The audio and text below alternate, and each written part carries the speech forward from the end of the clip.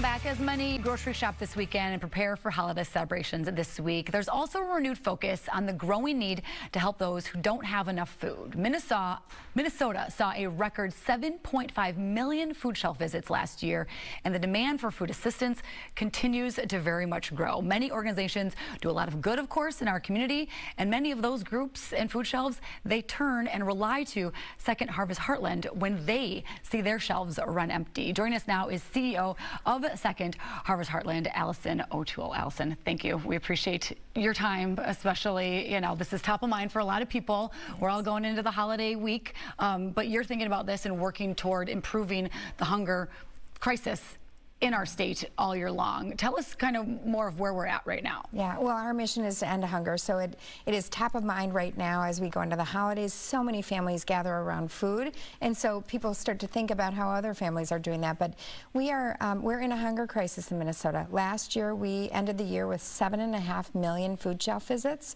That was up 2 million from the previous year, and we're on track to break another record this year. We always say we're breaking records and not the good kind.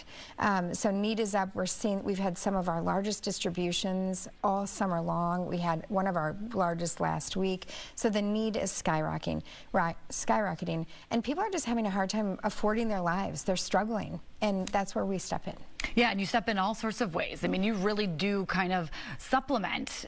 Take us back to the basics of kind of how you help, because you supplement a lot of these food shelves, no matter how far and wide they are. Yeah. When they see their shelf run empty, they really do turn to you for a variety of things. That's right. We're the backbone of the Hunger Relief Network. So we are sourcing, repacking, and distributing tens of millions of pounds of food every year. Last year, we hit almost 170 million pounds of food in our region, and that's just like mind-boggling. Come to our warehouse, you get a picture of that. It's hard to imagine how much that is.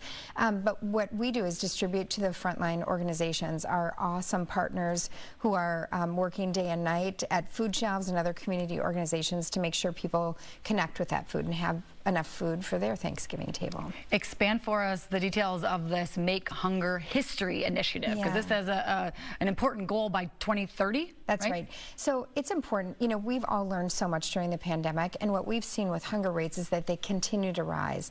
To me, as the leader of one of the largest hunger relief organizations in the country, we need to think differently. This is helping us think differently. So we put a stake in the ground and put a big, bold goal out there. It's called Make Hunger History. It's a bold goal to cut hunger in half for all Minnesotans by 2030.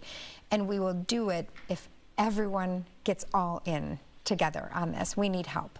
We can't do it alone. But we can do so much better. We are a food and resource-rich state. If any state can do it, Minnesota can. And it's about just thinking differently about our work and getting really smart about it.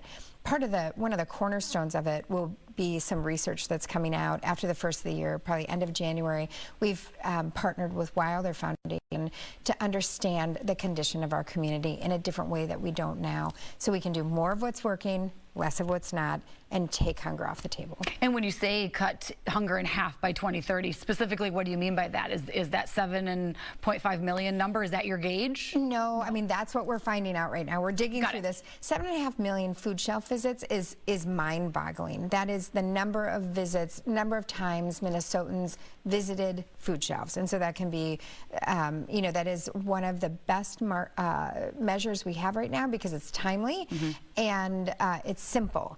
We're trying to dig a little bit deeper